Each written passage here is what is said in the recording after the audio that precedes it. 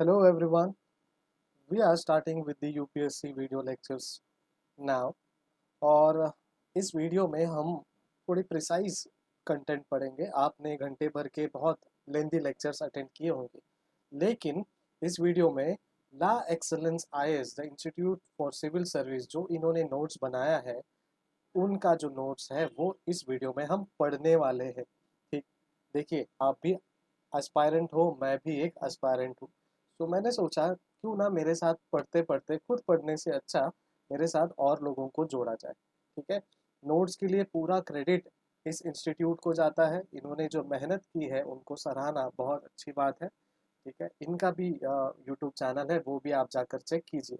There is no competition between us and एक अच्छे motive के साथ मैं ये वीडियो बना रहा हूँ, तो आई होप ये यूट्यूब से नहीं निकले और डिसलाइक्स ना आए, because it is for your benefit as well as for my benefit too.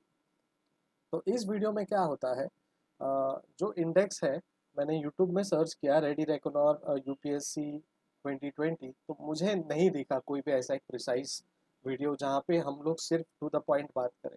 तो मैंने सोचा ये वीडियो बना दूँ। तो ये इंडेक्स जो है इस तरीके से जाता है। सबसे पहले division of ancient history and sources, ancient history क्या है और वहाँ के सोर्सेज क्या है। फिर इंडस वैली सिविलाइजेशन क्या है, ये सिविलाइजेशन बहुत प्रिसाइज और अच्छे मैनर में पढ़ेंगे। नोट्स बहुत ही बेहतरीन है, आपको नोट्स इनके गूगल में सर्च करोगे ला एक्सेलेंस आईएएस तो मिल जाएगा, अदरवाइज आप मुझे पिंग कीजिए या फिर मैं भी आपको कमेंट या फिर डिटेल्स में नीचे वीडियो के आपको मिल जाएगा। तो इंडस सिविलाइजेशन है, वैदिक एज है, रिलीजियस मूवमेंट्स है, महाजनपदास है, rise of Magadh, Mauryan era, foreign ruling group of post-Mauryan period, native dynasty of post-Mauryan period, megalithic culture, Sangam era, ठीक है, और Gupta dynasty, Pushyabhuti dynasty, Chalukya of Badami, Pallava of Kanchi and development in philosophy, philosophy का development कैसे हुआ। ये एक नॉर्मल 16 कंटेंट का, 16 चैप्टर्स का एक इंडेक्स है। 33 पेजेस टोटल बन जाते हैं इसके। Let's start. पहले क्या है division of ancient history and sources, history को कैसे डिवाइड किया है और वहाँ के सोर्सेज क्या है। पहले तो देखिए, हिस्ट्री रिटन एविडेंस अवेलेबल है। ठीक है, बहुत सारे लोग बोलते हैं कि हिस्ट्री के कुछ एविडेंसेस अवेलेबल नहीं है। ठीक है, बेसिकली हिस्ट्री मतलब क्या है, जो चीज़ हमें पता चलता है बाय रिटन, ऑडियो और बाय विजुअल्स, ये हमारे हिस्ट्री के पार्ट बन जाते हैं। और वैदिक फेज में, वैदिक फेज से लेकर अभी तक का एक रिटन एविडेंस हमारे पास है हिस्ट्री का। उसके बाद pre history and proto history करके दो कंसेप्ट है। Pre history no written evidence. ठीक है, हिस्ट्री जो जहाँ से हमारे पास है, वैदिक फेज से जो है, वैदिक फेज से हमारी हिस्ट्री शुरू होती है, लेकिन उसके पहले से हमारे पास कुछ नहीं है। लेकिन उसके सोर्सेज जो है आर्कियोलॉजिकल एविडेंसेस है, और वहाँ से हमें पता चलता है कि प्री हिस्ट्री जो है, जो रिटन हिस्ट्री के पहले का जो हिस्ट्री है, वो स्टोन एज से बना है। मतलब वैदिक फेज से पहले भी कोई स्टोन एज करके हमारे हिस्ट्री में पहले से थे। Then proto history, written evidence is available but could not be deciphered. ठीक है, रिटन एविडेंस हमारे पास अवेलेबल है प्रोटो हिस्ट्री का, बट वो डेसिफर्ड नहीं कर पा रहे। और वो पीरियड है हड़प्पन पीरियड। एग्जाम्पल के तौर पे यहाँ पे इन्होंने हड़प्पन पीरियड दिया है। ठीक है, तो हमें तीन चीज़ याद रखनी है, एक history, second pre history and third proto history. History from वैदिक फेज टिल प्रेजेंट अच्छे से याद रखना है। ठीक है, प्री हिस्ट्री में कोई रिटन एविडेंस नहीं है, आर्कियोलॉजिकल एविडेंसेस अवेलेबल है, यानी वो खुदाई का काम जो करते हैं उसी के थ्रू हमें पता चलता है, और ये पता चलता है कि वो जो हिस्ट्री है वो स्टोन एज के टाइम से है। देन प्रोटो हिस्ट्री का रिटन एविडेंसेस है, लेकिन वो डेसिफर नहीं कर पा रहे। मतलब हड़प्पन के बारे में हमने कहीं ना कहीं हिस्ट्री में पढ़ा है, किसी ने किसी बुक में हमें मिला है, या रिटन डॉक्यूमेंट या रिटन एविडेंस है हमारे पास, बट वो डेसिफर वहाँ जाके हम नहीं देख सकते। जैसे ताजमहल के बारे में हमारे पास बहुत सारा डेटा है, इंटरनेट में भी है। ठीक है, रिटन एविडेंसेस भी है, उनके खुद के डॉक्यूमेंट्स है, जाके मैं देख भी सकता हूँ। ठीक है, वो डेसिफर कर लिया मैंने, मैंने देख लिया उसको। लेकिन प्रोटो हिस्ट्री का कोई भी चीज़ हम देख नहीं सकते, लेकिन हमें पढ़ने मिलेगा। History is all about understanding the past, sources are crucial to unravel and understand the past. ये सोर्सेज क्या है, ठीक है, सोर्सेज जो है बहुत क्रूशियल है, अनरेवल है एंड पास्ट को अंडरस्टैंड करने के लिए है। ठीक है, हिस्ट्री बेसिकली क्या होता है, जो कल हुआ है या फिर एक सेकंड पहले जो हुआ है वो हिस्ट्री बन जाता है। अगर आप प्रोमिनेंट पर्सनैलिटी है तो आपकी हर एक सेकंड हिस्टोरिकल सेकंड होती है। जैसे मोदी जी अगर घर से या फिर अपने राष्ट्रपति भवन से, ठीक है, प्रेसिडेंशियल भवन से या फिर पार्लियामेंट से कहीं से भी बाहर निकलते हैं, पब्लिक में आते हैं, ठीक है, तो उनका एक एक कदम जो है हिस्टोरिकल कदम हो जाता है। राइट, वो जो हो चुका है वो हिस्ट्री हो जाता है।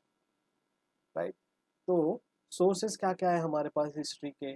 Archaeological evidences. आर्कियोलॉजिकल एविडेंसेस में हमें आर्ट फैक्ट्स मिलते हैं। आर्कियोलॉजी वाले क्या करते हैं, एक्सकैवेशन करते हैं, मतलब वो बेसिक हिंदी में क्या बोलते हैं उसको, खुदाई काम करते हैं।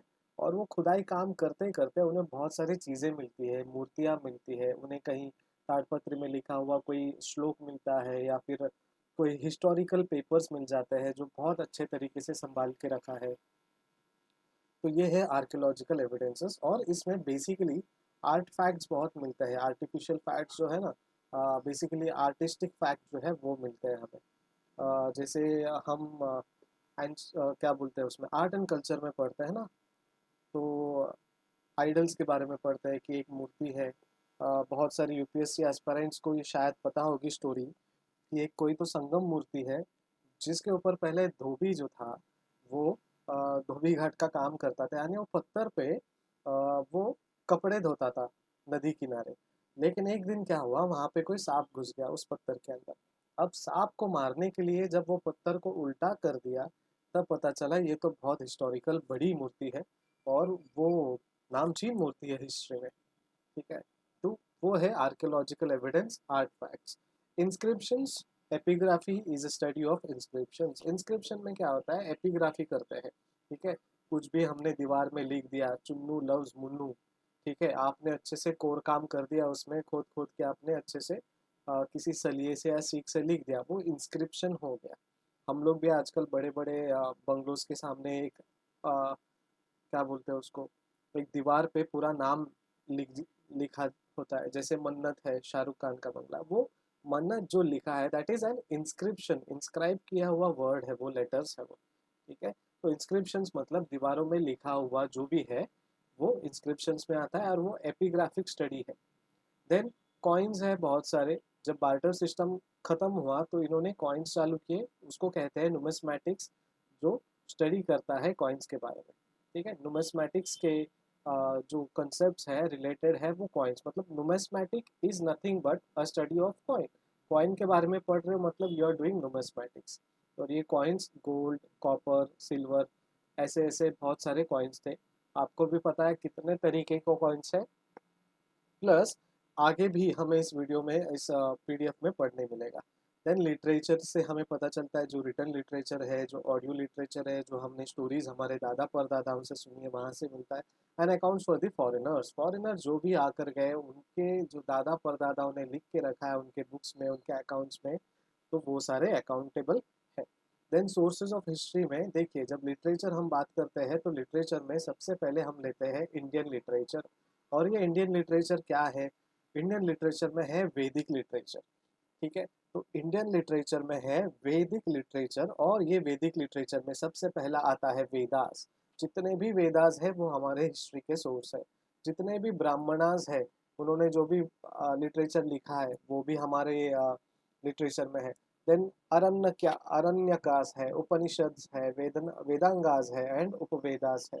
ये सारे क्या है, हमारे इंडियन लिटरेचर का एक पार्ट है। ठीक है, याद रखिए, रिपीट कर रहा हूँ, वैदिक लिटरेचर के अंदर 6 चीजें हैं। ठीक है, वैदिक लिटरेचर में 6 चीजें हैं। सबसे पहले है Vedas, second Brahmanas, third Aranyakas, then Upanishad, then Vedangas और आखिरी में उपवेदास। तो शुरू वेदास से होता है, खत्म उपवेदास से होता है। उसके बाद जब ब्राह्मणास में जाएंगे तो वेदांगास भी आएंगे। ठीक है, उसके बाद जब अरण्यकास देखेंगे तो उपनिषद भी आएंगे। ऐसे आप कॉम्बिनेशन कर सकते हो। ठीक है, तो एक बार आंख बंद कर लीजिए, मैं आपको अच्छे से रीड करके देता हूँ ताकि वो आपके दिमाग में बैठ जाए। रेडी, आंख बंद कर दीजिए, 1 2 3। वैदिक literature consist of Vedas, Brahmanas, Aranyakas, Upanishads, Vedangas and Upavedas. Okay, open your eyes. Next, Puranas, stories of kings and give genealogies of the various dynasties. Puranas में क्या लिखा है, किंग्स का जो स्टोरीज है, उनका जो जेनियोलॉजीज है, उनका जो जनरेशन है, उनका जो डायनेस्टी है, उनके बारे में लिखा है. Important sources for knowing political history of ancient India. देखिए पॉलिटिकल हिस्ट्री जो है एंशंट हिस्ट्री का, वो कहाँ से मिलता है, पुरानाज से मिलता है. अब मैं एक आपको फनी और एक अच्छा सा कनेक्शन बताता हूँ. देखिए राजाज पुराने ज़माने में थे, उनकी हिस्ट्री को हम जनरली बोलते हैं पुराने ज़माने की कहानी. उनका जो स्टोरी है पुराने ज़माने का स्टोरी है. तो जब भी आपको यूपीएससी क्वेश्चन पूछेगा कि पुरानास कंसिस्ट ऑफ व्हाट या डैश, तो सीधा सीधा आंसर है राजा और महाराजाओं से रिलेटेड एक, या फिर political history of ancient India. ठीक है, पॉलिटी और जो स्टोरीज है किंग्स की, ये पुरानी चीज़ है बहुत, और ये पुरानी चीज़ पुराना से हमें मिलती है. ठीक है, याद रखना है. Purana stories of kings and gives genealogies of the various dynasty. Genealogies of various dynasty याद रखने की ज़रूरत ज़्यादा नहीं है. Stories of kings and their generation, then important sources for knowing political history of ancient India. इतना याद रखना है बस. ठीक है, तो पुरानास राजा महाराजाओं की स्टोरी और पॉलिटिकल हिस्ट्री. देन उसके बाद आते हैं एपिक्स. एपिक्स में क्या होता है, रामायण और महाभारत है हमारे पास, बस दो ही है. ठीक है, रामायण रामायण, महाभारत महाभारत, दो ही चीज़ आपको याद रखना है. ठीक है, आपको अगर क्वेश्चन पूछा जाएगा कि एंशंट हिस्ट्री में एपिक्स कौन से थे, और आपको Ramayana Mahabharata A plus B, A and B, या फिर ओनली ए, ऐसा पूछा जाए, तो आंसर क्या होना चाहिए, A and B, because Ramayana भी है और महाभारत भी है. ठीक है, ये याद रखना है आपको अच्छे से. देन संगम लिटरेचर में जब हम देखेंगे तो तोल्काप्पियम, नाम थोड़े कठिन है. ठीक है, बेसिकली बहुत हार्ड है, लेकिन हम लॉजिकली याद करने की कोशिश करेंगे. संगम लिटरेचर कंसिस्ट ऑफ तोल्काप्पियम. ठीक है, सो अगर आपको थोड़े फनियर वे में जाना है, टोल का पीएम. ठीक है, सो टोल का पीएम, या फिर अच्छे से लिटरेचर वर्जन में पढ़ना है तो टोल का पीएम. देन एट्टू हो गई, एट्टू हो गई, टोल का पीएम, एट्टू हो गई. पट्टू पट्टू, पाटिनेन किल कनक्कू, शिल्पादिकर्म एंड मणिमेक्कलई. अगर ये याद नहीं हो रहे तो सिंपल मैं एक लॉजिक बताता हूँ. जितने भी हार्ड वर्ड आपको ऑप्शंस में दिखेंगे ना, सारे संगम लिटरेचर है, सारे के सारे संगम लिटरेचर है. आप लिख कर लीजिए वो जो भी है. ठीक है, देन प्लेस भी हमारे सोर्सेज है हिस्ट्री के. प्लेस किसने लिखे, कालिदास साहब ने लिखे. ठीक है, और other writings of Navratnas in the court of Gupta. Gupta ji के बारे में जब हम पढ़ेंगे तो नवरत्नास क्या है और उनका क्या क्या काम था वो भी पता चलेगा. ठीक है, तो प्लेस में याद रखना है Kalidas and writings of, writings, हाँ ये याद रखना है, writings of Navratnas in the court of Gupta ji. देखते हैं फॉरेन लिटरेचर में. इंडियन लिटरेचर पढ़ लिया, अब फॉरेन लिटरेचर में क्या क्या आता है. ऑथर्स है, बुक्स है, सब्जेक्ट है. मैं ये हेडिंग बार बार रिपीट नहीं करूंगा, मैं सिर्फ ऑथर का नाम लूंगा, उनका जो बुक है और उनका जो सब्जेक्ट है वो अभी एक्सप्लेन करने वाला हूँ, तो आप कंफ्यूज ना हो जाइए. ठीक है, मैगस्थनीज, उन्होंने लिखा है इंडिका. इंडिका यानी वो चलाने वाली इंडिका नहीं, ये अलग इंडिका है. ठीक है, उन्होंने ग्रीक भाषा में ये लिखी है मैगस्थनीज ने इंडिका. इंडिका में लिखा है वैल्यूएबल इंफॉर्मेशन और administration and socio economic conditions of Maurya. ठीक है, क्या लिखा है इंडिका में, वैल्यूएबल इंफॉर्मेशन दिया है, किस चीज़ का, दो चीज़ का. एक तो एडमिनिस्ट्रेशन दिया है, सेकंड सोशियो इकोनॉमिक कंडीशंस दिया है. किनका दिया है, मौर्यास का. अगर आपने वो कलर्स में एक सीरियल आती थी अशोका, अगर आपने वो देखा है तो मेगास्थेनिक्स आपको याद रहेंगे और मौर्यास आपको याद रहेंगे. ठीक है, चंद्रगुप्त मौर्य. तो मैगस्थनीज ने लिखा है इंडिका, उनके इंडिका बुक में लिखा है दो चीज, administration and socio economic condition of Mauryas. Then Ptolemy, P silent है मेरे ख्याल से, इन्होंने भी ग्रीक में लिखा है. इन्होंने लिखा है ज्योग्राफी ऑफ इंडिया. टोलेमी, अगर बोलेंगे टोलेमी तो बोलना है ज्योग्राफी ऑफ इंडिया. ये ज्योग्राफी ऑफ इंडिया में क्या लिखा है, geographical treatise on India in second century. देखिए, ज्योग्राफिकल treatise on India in second century AD. Then Pliny Greek, again Naturalis Historia, इन्होंने क्या लिखा है नाटुराकोस हिस्टोरिया में, accounts trade relation between Rome and India in first century, जो भी trade relation है वो किन किन के बीच में, रोम और इंडिया के बीच में, जो फर्स्ट सेंचुरी एडी में हुआ था वो। देन एनोनिमस, एक है एनोनिमस ऑथर, उन्होंने लिखा है Periplus of the Erythraean Sea, record personal voyage of Indian coast in 80 AD.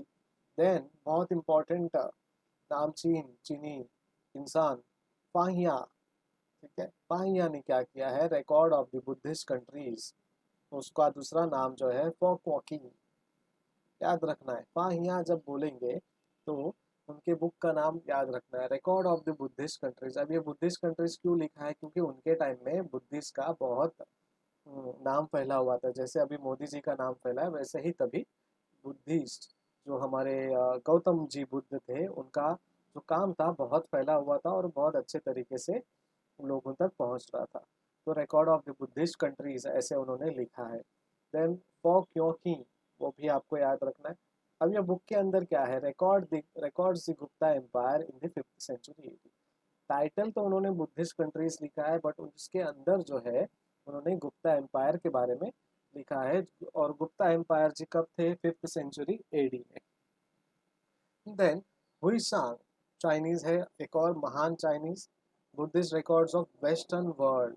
देखिए एक फा हीन है फाहिया, उन्होंने लिखा है record of the Buddhist countries, simple, फा यहाँ का कोई भी बाइफर्केशन नहीं। लेकिन जब ह्यू सांग के बारे में जब पढ़ते हैं हम लोग तो उन्होंने लिखा है Buddhist records of western world, ठीक है।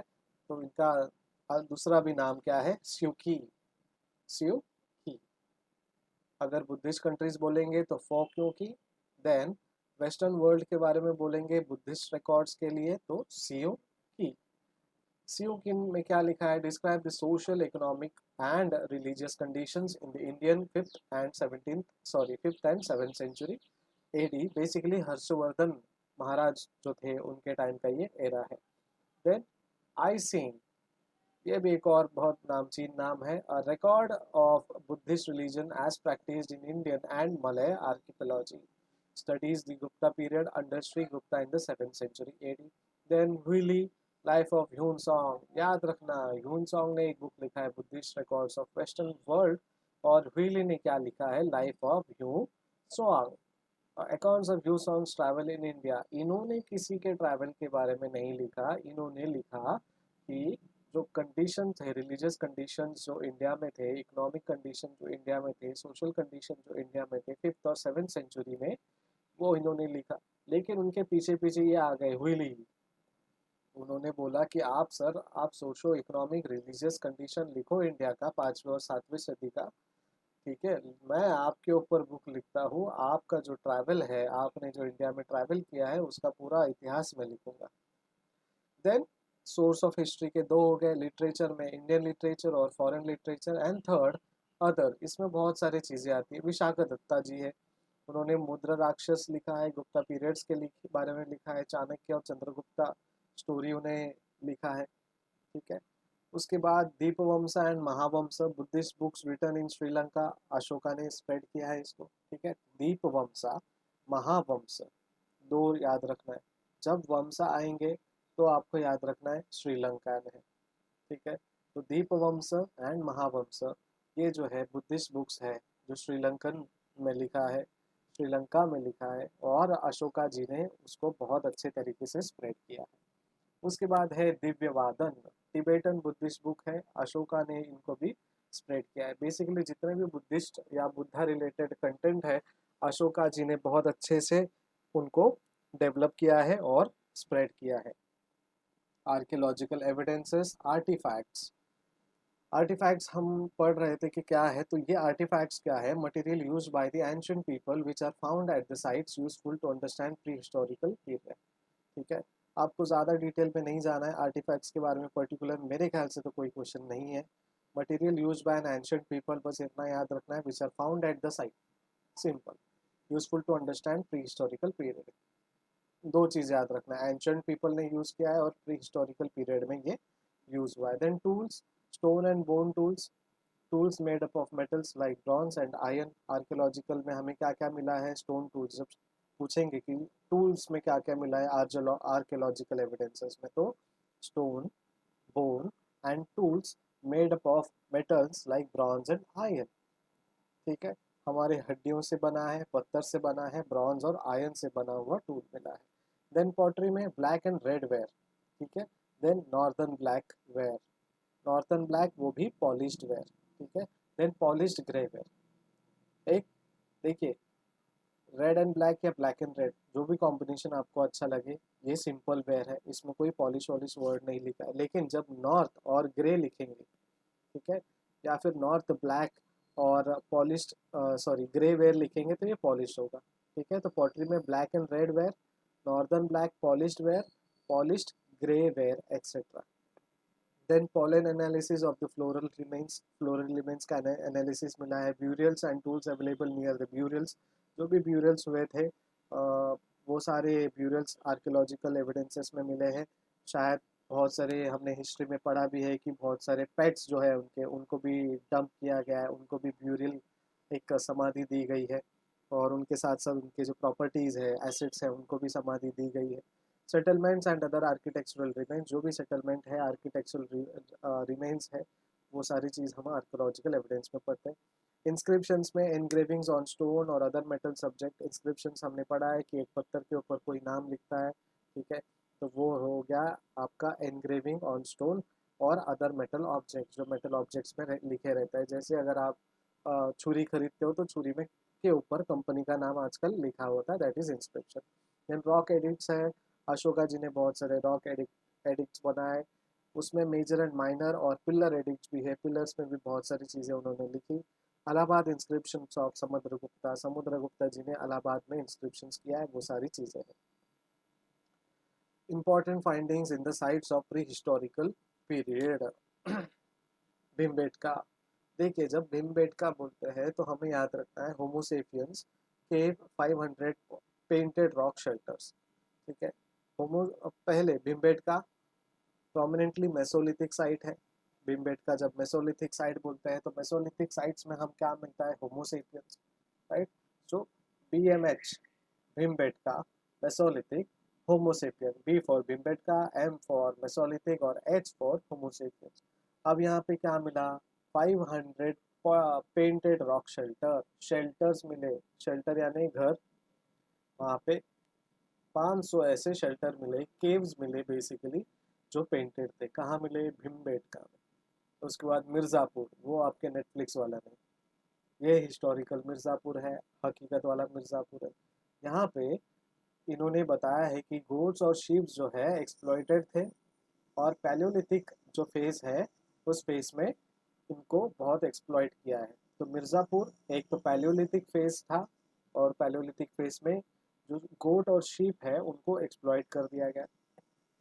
अतरांजी खेरा टेक्सटाइल प्रिंटिंग है, ठीक है, अतरांजी खेरा टेक्सटाइल प्रिंटिंग, ठीक है, इंपॉर्टेंट फाइंडिंग्स है ये, हमें शायद आपको मैच द फॉलोइंग्स में पूछा जाता है एज अ क्वेश्चन, याद रखना है हमें। तो देखिए अतरंजी खेरा जब बोलेंगे तो हमें याद रखना है टेक्सटाइल प्रिंटिंग।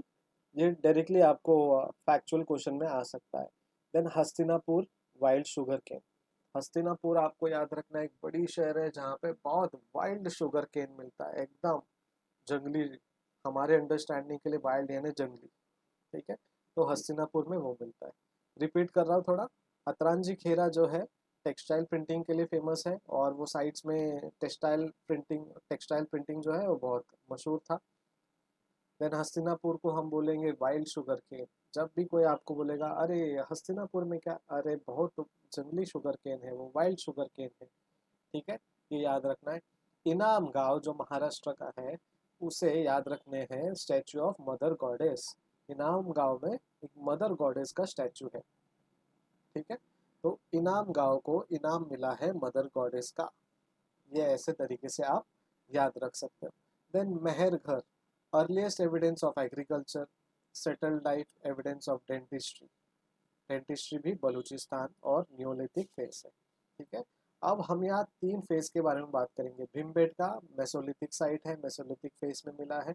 उसके बाद मिर्ज़ापुर पैलियोलिथिक में मिला है, तो कॉम्बिनेशन देखिए, V M B M, then मी P M P, then M N, ठीक है, मेहरगढ़ नियोलिथिक। आपको अगर ऐसे कॉम्बिनेशन याद हो रहे हैं तो रख लीजिए, मेरे से नहीं होते तो मैं सिंपल लॉजिक लगाता हूँ, भीमबेटका मेसोलिथिक साइट होमोसेपियन, मैं ये अ, रट लेता हूँ या फिर 5-6 बार रिपीट कर लेता हूँ तो वो फ्लो में बैठ जाता है। जैसे Bhimbetka Mesolithic site Homo sapien 500 painted rock shelter, तो उसको तोड़ दिया है मैंने, थोड़ा थोड़ा गैप देके मैं वो अलग अलग टुकड़ों में याद रखता हूँ।